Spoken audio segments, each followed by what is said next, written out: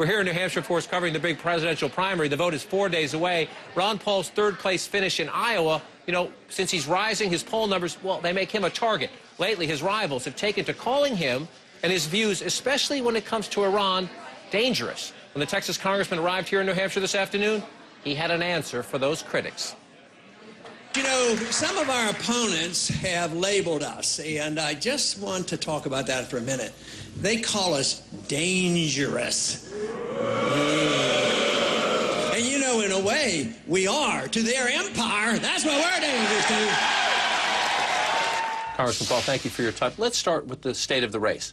Governor Romney wins narrowly in Iowa. He's well ahead here in New Hampshire, and we have a poll out just tonight that now shows him with a double-digit lead in South Carolina. If he goes 3-0 out of the gate, almost impossible to stop, no? It's going to be difficult, but not impossible. I mean, it's still only 2 primaries after the 2. But history shows that if you do that, you're in a pretty strong position. But we haven't had the first primary yet. We've had a caucus, so we have to wait and see what happens on Tuesday. So you have 2 debates this weekend. Right. Do you view them as maybe the last opportunity to convince Republicans? Romney's not your guy. Why would you? In New Hampshire and maybe beyond, people watching us. Why would you say wrong guy, Mitt Romney?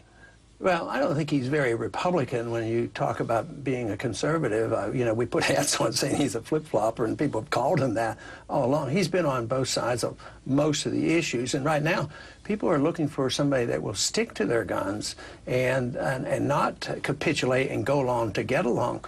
So I don't think he stands out as somebody that will stand firm on conservative principles. Senator Santorum comes out of Iowa thinking he's the conservative alternative to Romney, is he?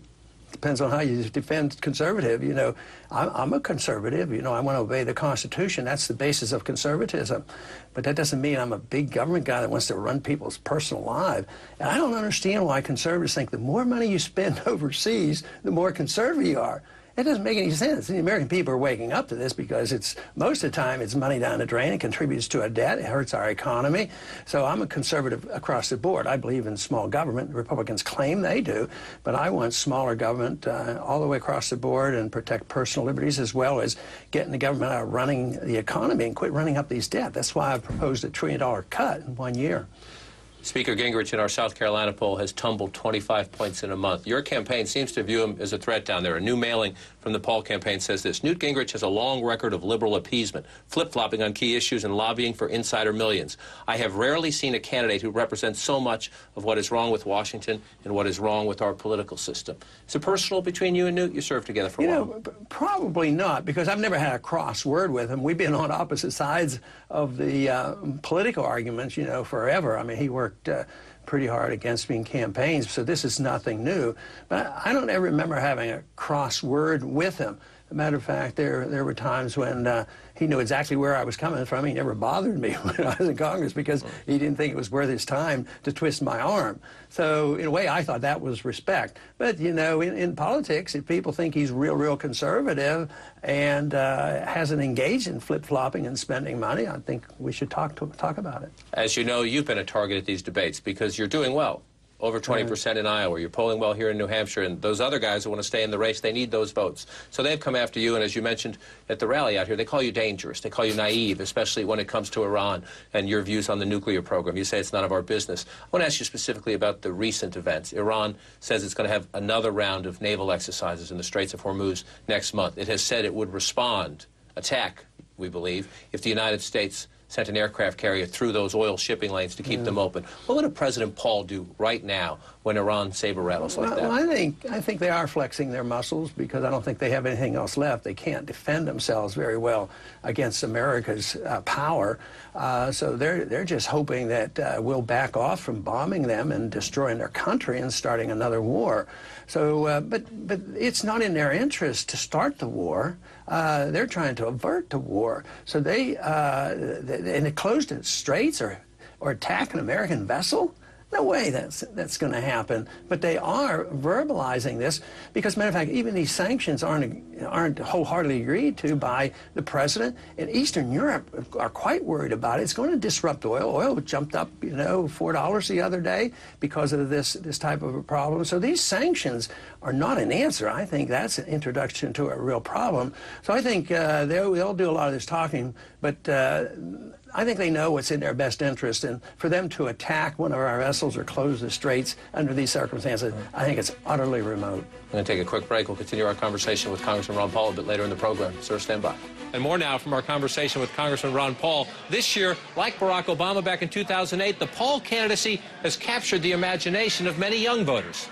We asked the 79-year-old congressman, why? You're the oldest candidate in the Republican race, and yet at this rally we were just at here in Nashua, New Hampshire, much like in Iowa, you have a room packed with young people, college students. Some people roll their eyes and say, that's just because Ron Paul wants to decriminalize drugs. Why are they here? I think they know what freedom means, and that's what I talk about. And they know when I talk about debt, they know they're getting a bad rap on this, and they don't like war. And they see that we've gone into war too often, and they bear the burden of it financially as well as young people will be sent over. So it's a message I think that is instinctively popular with a lot of people. People say, where did I get my views and when did I develop them? I think when I was born with them, but then they were knocked out of me by the establishment, by teachers and government and TV, and they teach you, oh no, you can't be that free. But young people are very principled. They like people to stand firm, and they like the idea of following. Amazing. They want you to follow the rules. You think the young people don't want to follow the rules, but they want politicians to follow the rules because they suffer abuse if the government runs roughshod over them, and they're very much into privacy. I talk a lot about the internet, and they don't want anybody messing with the internet and identify with them. It's great to see new voters, young people brought into the process of any political persuasion, and that's a great asset for your campaign. On the other end of the spectrum, you do get endorsements from some people and some organizations whose views are pretty outlandish and sometimes pretty outrageous. I just want to list a few. American Free Press endorses you. They market books like The Invention of the Jewish People and The March of the Titans, The History of the White Race. Don Black is the director of a white nationalist website, Stormfront. The Militia of Montana says people should defend themselves against a new world order. Are you comfortable when you get support from people in groups like that? No, I'm not comfortable for you making a big point out of it. It doesn't seem logical. You know, one day I got 46,000 new donors in one day and on a money bomb.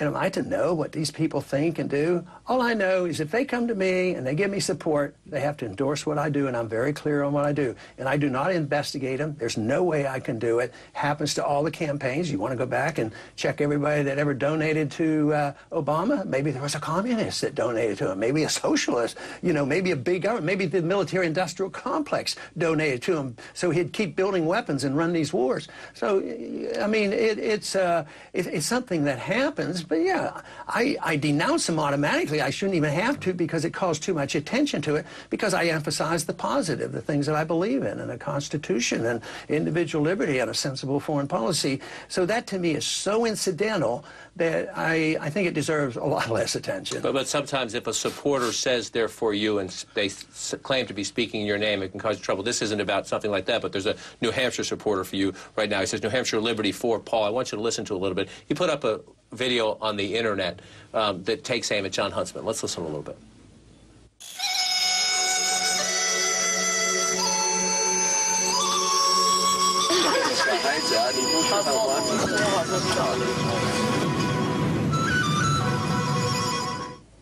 You hear the Mandarin there. The ad says John Huntsman, Manchurian candidate. He was the ambassador to China.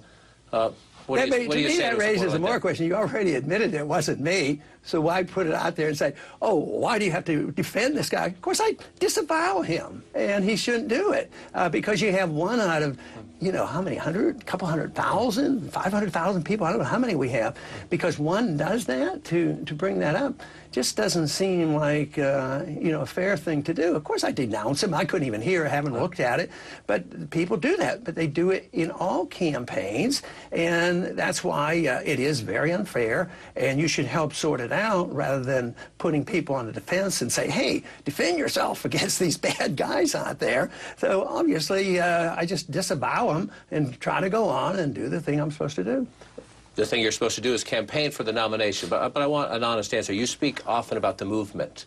When Ron Paul wakes up in the morning, do you see a path to the nomination, or do you see a chance to use this campaign as a platform for a movement that is critically important to you? Why can't I do both? And some people take it out of context because I emphasize the movement and the philosophy in what I've done for all these years.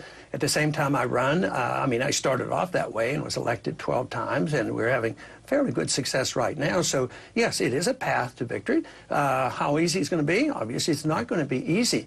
But to say it's one or the other, and therefore I'm discredited because I believe in something, I mean, this is why I'm getting support, especially from young people, is I do believe in something, and that's why that's one of the main reasons why I get a lot of votes. So I would say believing in something shouldn't be a distraction as much as a compliment for running for office, and helps me get votes. It doesn't hurt me. And let me close with this, because the Republican rules, you ran 4 years ago, you know the rules are different this time. And so even if you don't win, Ron Paul with these strong showings, 20% in Iowa, we'll see what New Hampshire and South Carolina do. It used to be winner take all, and you don't get that many delegates, if any at all. Now you get delegates. Is your posture, you hope to win the nomination, I understand that, you just made it clear, but if you don't, look, I'm getting a big slice, I'm going to stay in for the long haul, and if I don't win, I'm going to go to the convention.